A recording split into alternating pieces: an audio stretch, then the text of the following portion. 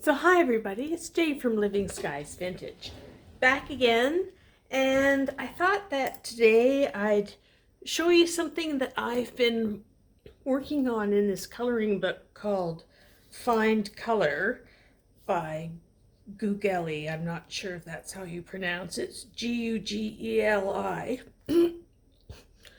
But it's a book that you can order on Amazon, and I'll just do a quick flip through of what pages I've finished. I've been trying to work on different watercolor techniques inside this particular book, and I've shown these pictures on Instagram and in my Facebook pages. But lately, and not this one, but lately I've been trying to work on what I call, and you may have seen these lately, contemporary, not contemporary, yes, contemporary, colors, using them as the shading in my pictures rather than going with a gray or a black. So that's kind of like the idea is that you're using blues and oranges to use shading in each of those. Greens and purples offset each of those. They're opposite on the color wheel, and that's how you kind of work that. So in here, and even though it looks black, it is a green that I've put inside there. You might notice more on the yellow where I've shaded the green. And I've used it a lot in this particular page, which I've just finished. I really wanted this green dragon to be highlighted in this red field. And you'll see that this is the smoke or the gas or the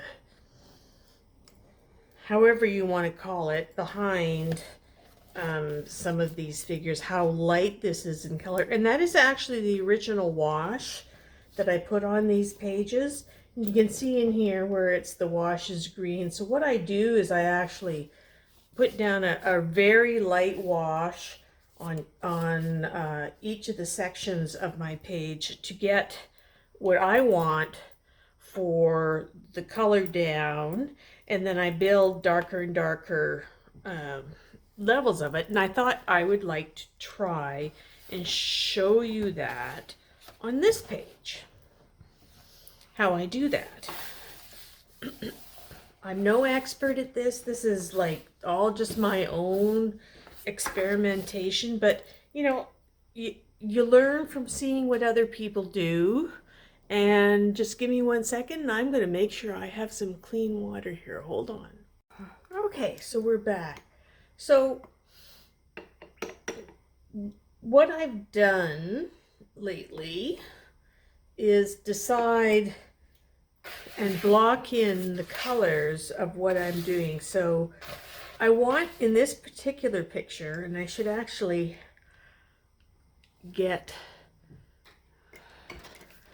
one of my, I think this color. I find that sometimes the watercolors aren't quite the right color to put in the base for the face color. So I have, which is actually Crayola, what they call Colors of the World. This particular one is the light medium almond, and I'm just going to base her face in here.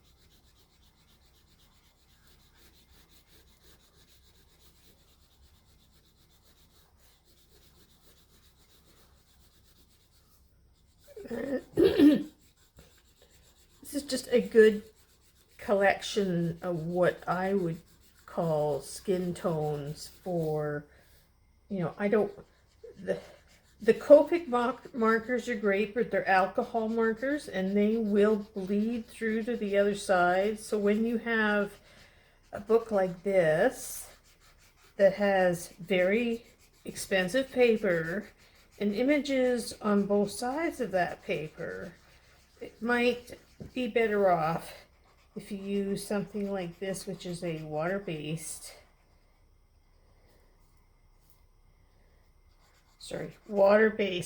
color marker, and you can use that like I have here just to kind of set a base color, because that's exactly what I'm going to do with the rest of this area. Now I'm thinking that I would like the background to be more of a really light yellow this time.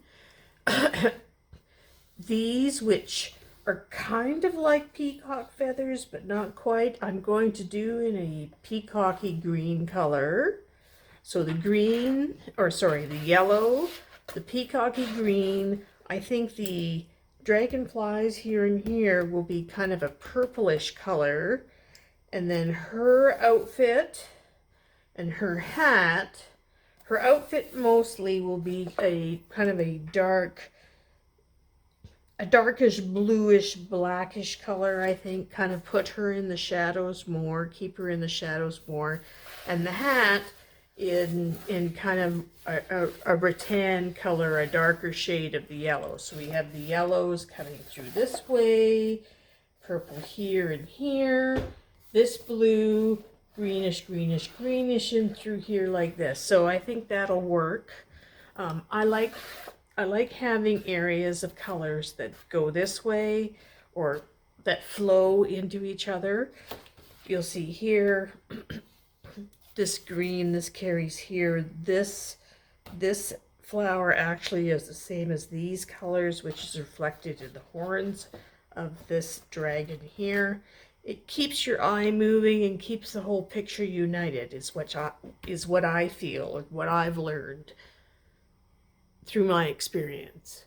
Like I say, I'm not a fine artist, but I love watching and learning. So let's try this one. I'll show you what I'm trying to do with this one. So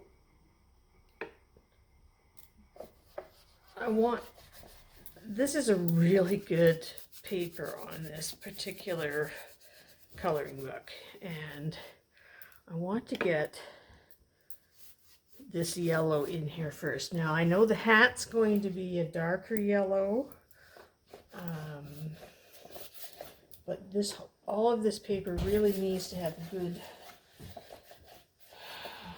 a good wetting down here first before I start to do much of anything. Otherwise, I'm not going to be able to get the paint to go where I want it to go. And I more just have it, like I say, in the yellow areas. And the yellow that I want to do in this particular, it's more of it's called a golden yellow. And I think I might mix it. I can put it here.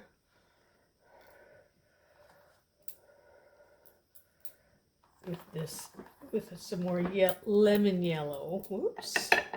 That's got some red in there right now. I think I picked it up from the red next door. Let's be a little more careful. Still too much red. Put that all over there. Just get it out of the way. Okay, let's go back there again. This is little paint pots that I've got over here, and you can see I'm kind of picking up with this brush a little bit of the red that I don't want to pick up. We'll put it over here.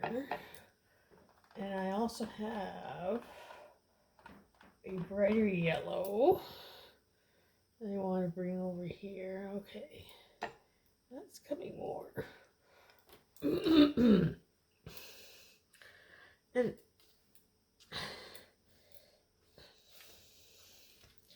you can see I'm just taking it right now and really just doing a light wash over this area that I do want to have as yellow. I'm not going to worry about going over the dragonfly or the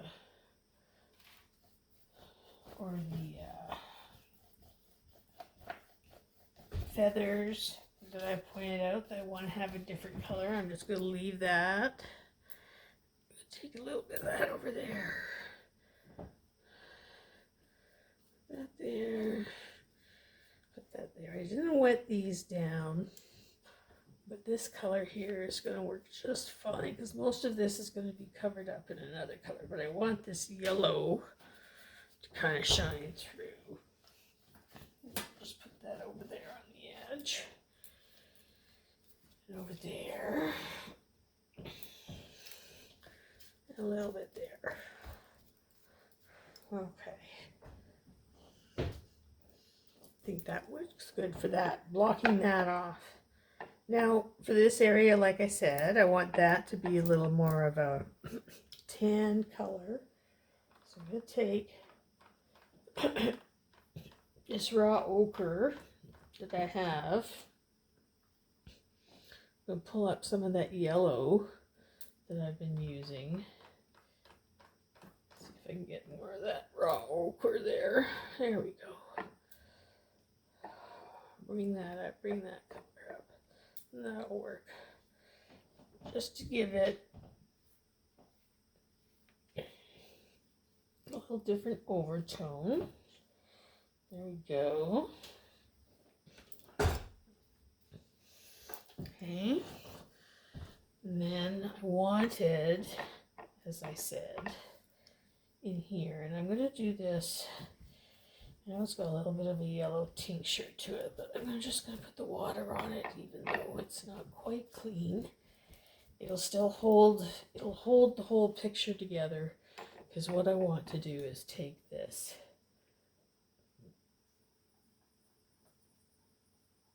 paint ash color.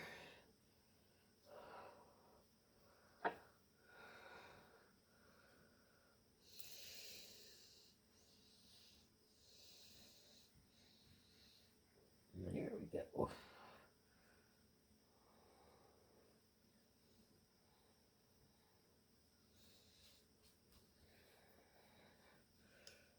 And I have a little bit of purple that I've been using with my other watercolors. I'm just going to put that on top of that.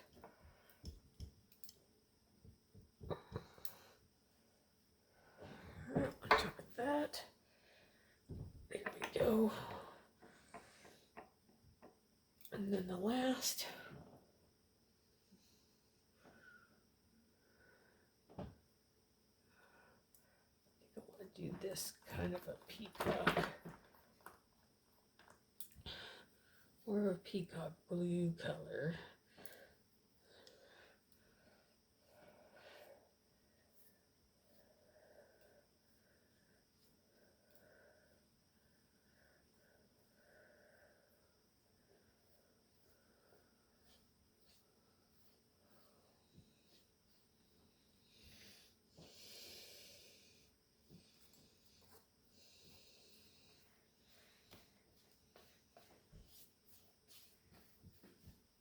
All right, so we'll just let that dry, and it's kind of like it's now based out the color that I want to have in these areas, and we'll go from there. It just needs to dry a little bit. It's pretty wet, so we'll come back.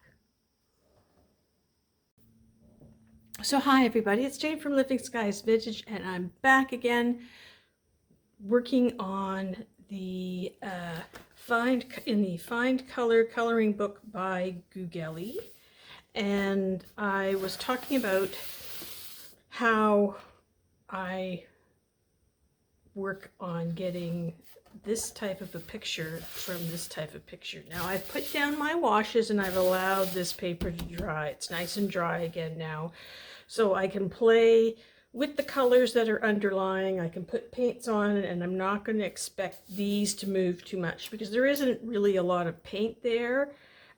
It was just more of a wash to indicate where I wanted to have certain colors.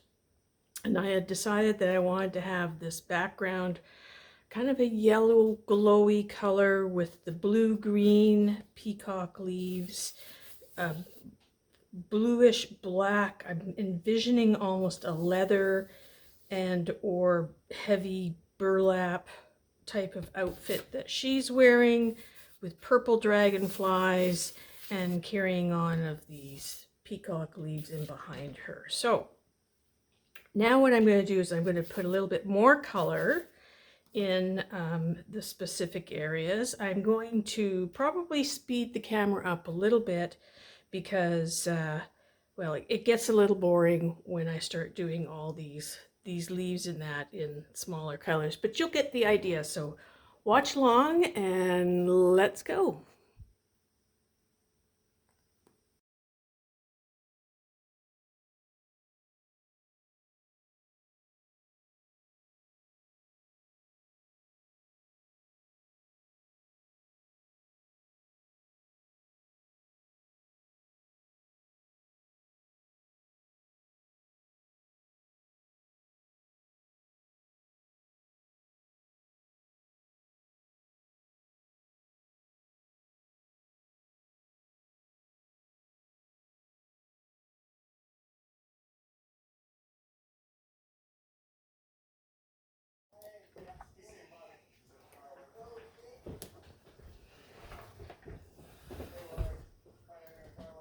So I'm back. It's been a little while. I let this dry. I am so sorry. My camera cut out while I was painting this part, and I just kind of went ahead and I was doing all this work and didn't even realize my camera was off. But I think you kind of got the idea on that little sped up part of what my intentions were. I went ahead and I've done some of the peacock feathers. I haven't quite decided what I'm going to do the eyes of the feathers in. And you can see I've done darkened some of the background with yellow. Now I've gone in now, you can see right into some of the spaces where I want the yellow to be, and I've been a little more careful about where I've been placing these colors. Again, you know, if I go over the lines a little bit, I can live with that. Did that with that dragonfly, and so I'm going to finish working on the rest of this green peacock feathers with this type of colors. And what I do, and I don't think you can see this way over here, I have an old plate, an old china plate, and these are some of the colors that I was using the other day. And I take my watercolors and I mix them on my plate, and then as I use them, I just keep mixing more different colors in, so I'm getting gradated similar colors that I can use throughout this form. And that's what I'll be doing when I start doing more of the details in here. So I'll show you when I start mixing some of these where I'm going with it. I will be turning the book upside down and sideways because these are going to be really difficult painting from way up here, and you're going to be missing everything. So if I turn it around, at least you'll be able to see and examine some of the other stuff that I'm doing, and you could turn me upside down if you yourself if you like. So I'm just going to move a couple of things here, and we'll pull this down a little bit. Pull that plate out so you can see. Put a little water over there. I've done most of these, so I'm going to take this book now and I'm going to turn it upside down. It'll be easier for me because I'm right-handed, you see, to work on this side and then to work this way. So you guys have fun looking at that while I'm working down here. And yeah, you can see where I've mixed the paint. These are all dry from yesterday. So I'm just going to add a little more water. And you can see they just start flowing again.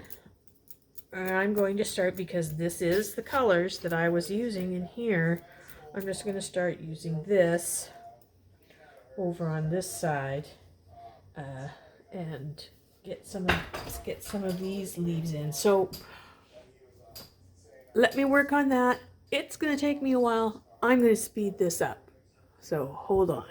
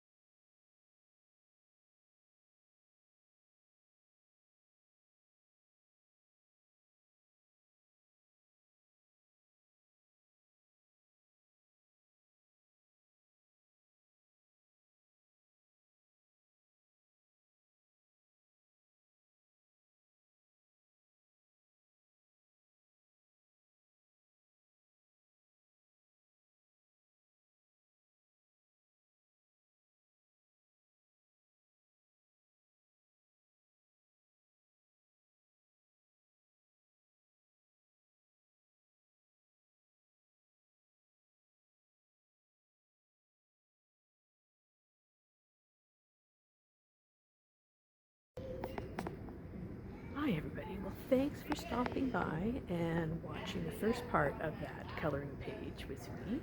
Sorry I was a little bit sloppy and got out of frame on that sped up portion, but come on back and we'll do some more and finish it up.